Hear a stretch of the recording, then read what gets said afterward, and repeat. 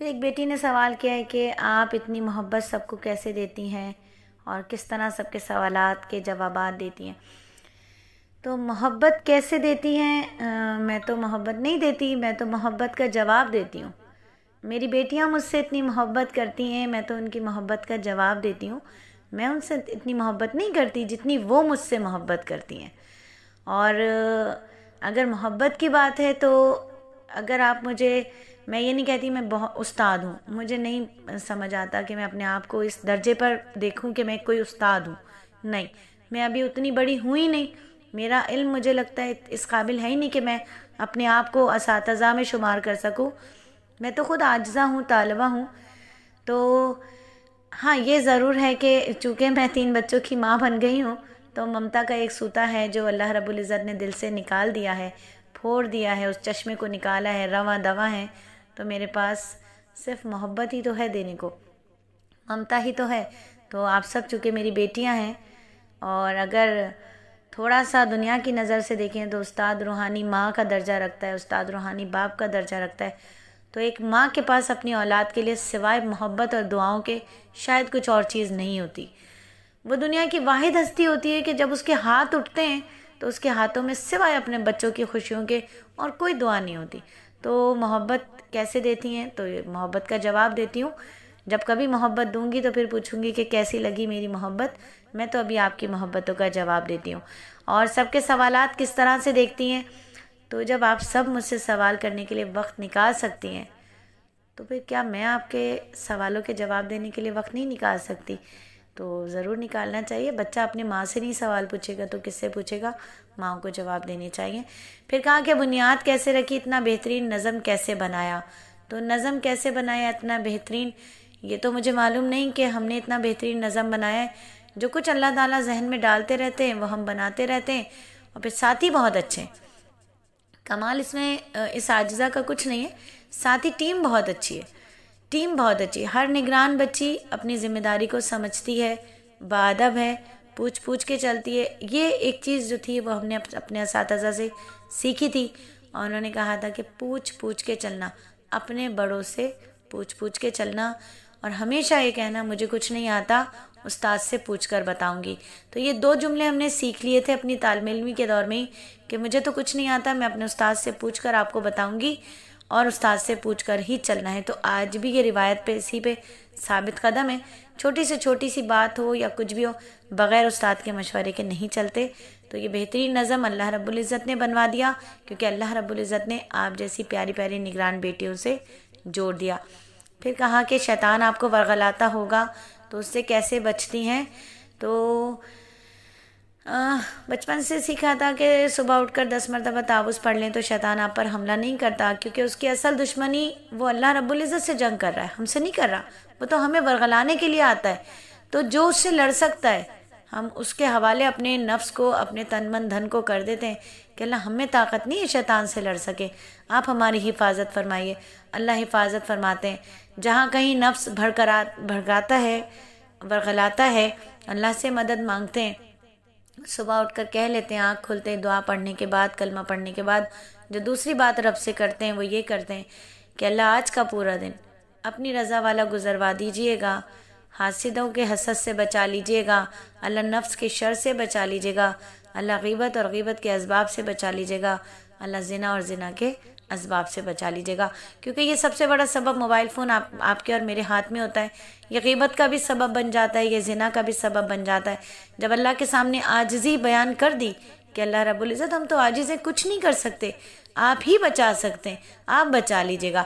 اپنا لاغر نفس، اپنا لاغر جسم اللہ کے حوالے کر دیا تو کیوں نہیں میرے رب بچائیں گے؟ وہ تو خود کہتے ہیں کہ مجھ سے مانگو میں تمہیں دوں گا، تو جو مانگتے ہیں وہ اللہ رب العزت عطا فرماتے ہیں۔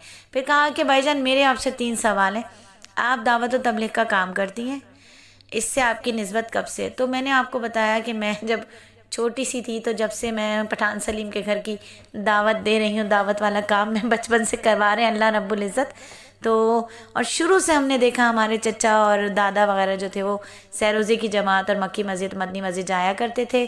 شب جمعہ کا ہمارے گھر میں بڑا اہتمام تھا کہ سب مرد شب جمعہ جاتے تھے، اور آج بھی ہمارے گھر کے مرد جو ہیں وہ شب جمعہ اور سیروزے کے لیے کثرت سے نکلتے ہیں. بھائی لوگ کا کام ہی ہے کہ سال میں ضرور 40 دن کا چلہ لگانا ہے، اور مہینے میں کوشش کر کے بھائی لوگ کا ضرور ہوتا ہے کہ وہ سہ روزہ لگائیں. خود ہسبینڈ کی اور بیٹے کی بھی بہت زیادہ کوشش ہوتی ہے، اور الحمدللہ جب جب اللہ انہیں قبول کرتے ہیں وہ ضرور جاتے ہیں. اور اب تو یہ حال ہے کہ گھر میں جماعت آتی ہے، اللہ کا احسان ہے. تو یہ اس طرح سے ہماری نسبت بچپن سے، مطلب پیدائشی دیوبندی ہیں، پیدائشی تبلیغی ہیں، اور پیدائشی تبلیغ پیدا ہی اس کام کے لیے ہوئے ہیں. تو یہ کہنا ہی بجائے ہے کہ ہمیں اللہ رب العزت نے ہم سب کو، امت محمدیہ کو، پیدا ہی اس کام کے لیے کیا ہے. باقی بیٹیوں نے جو رومن میں لکھ کے سوال بھیجے ہیں وہ ذرا مشکل ہوتا ہے میرے لیے پڑھنا، اس لیے اردو والوں کے جواب میں نے جلدی جلدی دے دیے. تو کہا کہ اس سفر میں آپ کا سب سے زیادہ ساتھ کس نے دیا؟ تو سب سے زیادہ ساتھ اللہ رب العزت کا کرم شامل حال رہا، اور میرے ہسبینڈ میرے سب سے بڑے سپورٹر، میرے شوہر میرے سب سے بڑے سپورٹر ہیں. اور یہ وہ ہستی ہیں دنیا میں کہ ماں باپ کے بعد جو سب سے زیادہ محبت کسی نے مجھ سے کی ہے وہ میرے شوہر نے کی ہے.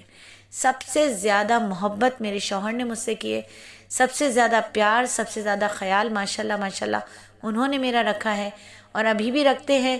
اور میں یہ دعا کروں گی کہ اللہ رب العزت ان کا سایہ میری موت تک مجھ پر سلامت رکھے، اور میں وہ دن نہ دیکھوں جب یہ دنیا میں نہ ہوں.